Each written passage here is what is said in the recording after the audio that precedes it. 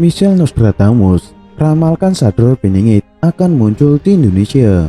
Tahun 2023 diramalkan oleh Nostradamus akan muncul pemimpin baru dari timur. Apakah ini berkorelasi dengan ramalan Jayabaya yang juga menyebutkan akan datangnya seorang Satria Beningit atau Ratu Adil?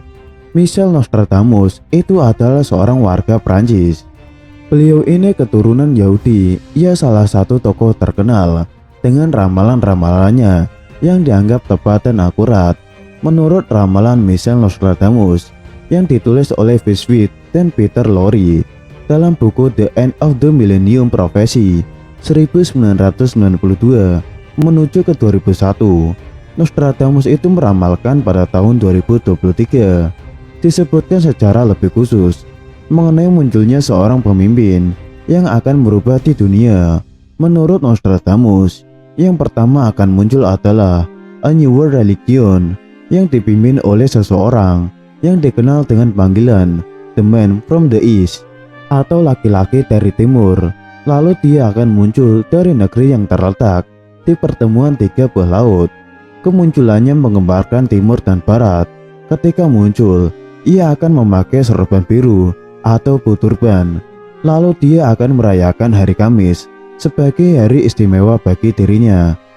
Mengenai ramalan Nostradamus, yang pertama, New World Religion atau agama baru di dunia, yang diramalkan adalah munculnya agama baru penguasa dunia yang tidak pernah dikenal dan diperkirakan oleh umat manusia di seluruh dunia. Mungkin agama itu adalah agama Trisula hidup, yakni agama yang hanya berisi 3 perintah dan 3 larangan. Mengenai 3 perintah itu adalah manusia harus melakukan perbuatan yang benar, jujur, dan lurus. Dan ketiga larangan itu, manusia tidak boleh melakukan perbuatan yang merugikan orang lain, tidak boleh mencuri, dan berbuat kejahatan. Tafsir selanjutnya mengenai The Man from the East atau laki-laki dari timur. Itulah julukan yang diberikan kepada pemimpin agama baru ini. Dikatakan dia akan menghapus seluruh agama-agama dan akan mendirikan agama baru yang akan dianut semua makhluk di jagat raya. Mungkin dialah sosok Satrio Beningit yang akan menjadikan dunia ini damai dengan apapun yang ada di dalamnya. Lalu tafsir yang ketiga, muncul dari negeri yang terletak di pertemuan 3 buah laut, yang berarti kemunculannya itu dari pertemuan 3 buah laut. Diperkirakan dia akan muncul di Pulau Sulawesi karena merujuk ketika pertemuan laut. Sebelah utara Pulau Sulawesi itu adalah Laut Sulawesi, di sebelah selatannya adalah Laut Flores, dan di sebelah timurnya adalah Laut Maluku. Berarti laki-laki yang dimaksud berada di Indonesia bagian timur, tepatnya di Sulawesi. Mungkin ia menyembunyikan diri sambil menanti waktunya untuk terbit. Hal ini barulah prediksi semata. Kemunculannya itu menggambarkan timur dan barat. Maksudnya, kemunculannya akan menggambarkan seluruh dunia beserta seluruh isinya. Tafsir yang selanjutnya, ketika muncul, dia memakai sorban biru. Ada pula julukan mengenai topi turban resolvens. Itu adalah selai kain yang lazim digunakan oleh umat Islam, yang biasanya digunakan oleh orang Arab pada zaman pra-Islam untuk mengatasi hawa dingin atau teriknya matahari. Lalu tafsir berikutnya, ia merayakan hari Kamis sebagai hari istimewanya, mungkin karena hari lain adalah hari istimewa untuk agama lainnya. Namun, satu hal yang harus diyakini, semua kembali kepada kepercayaan masing-masing. Tidak ada yang benar selain Tuhan yang menciptakan kehidupan dan menyiapkan kehidupan itu sendiri. Selain itu, ada peramal dari dalam negeri, yaitu ramalan Jayabaya yang dipercaya sudah terbukti dan akan terjadi. Prabu Sri Aji Jayabaya merupakan raja yang paling diingat masyarakat karena berbagai ramalannya.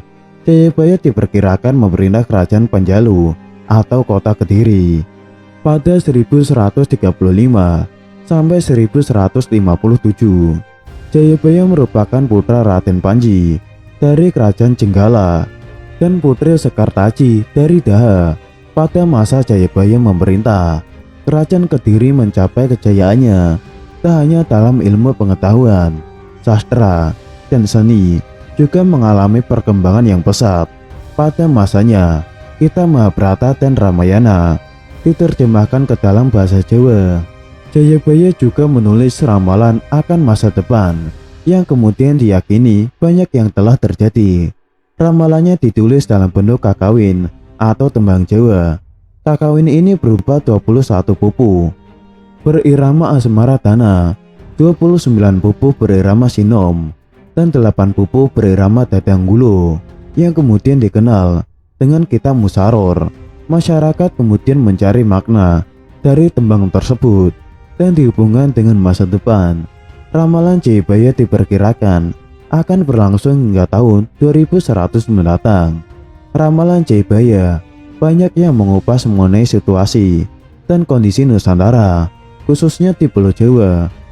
Besok, nek wis ana kereta mlaku tanpa jaran, tanah Jawa kalongan wesi, perahu mlaku ing awang-awang, kali ilang kedungi, pasar ilang kumandangi.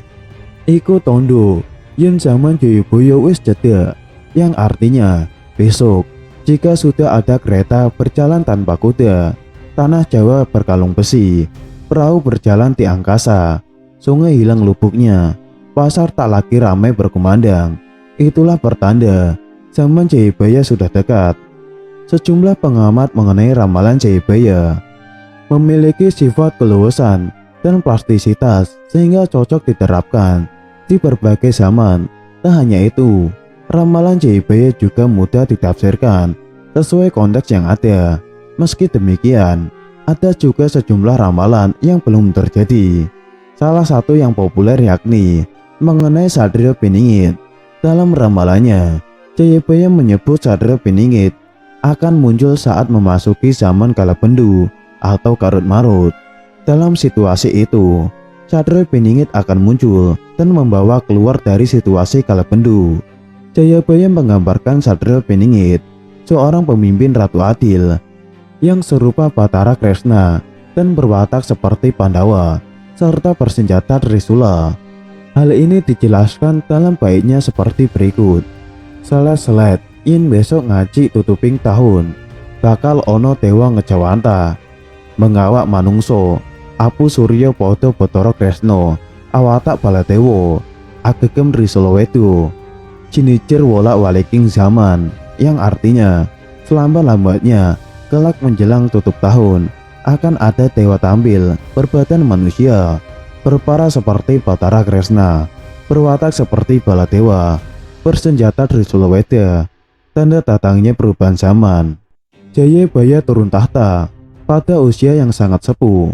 Ia disebutkan moksa di Desa Menang, Kecamatan Baku, Kabupaten Kediri, lokasi yang diyakini sebagai tempat moksa Prabu Jayabaya. Ini dijadikan sebagai petilasan.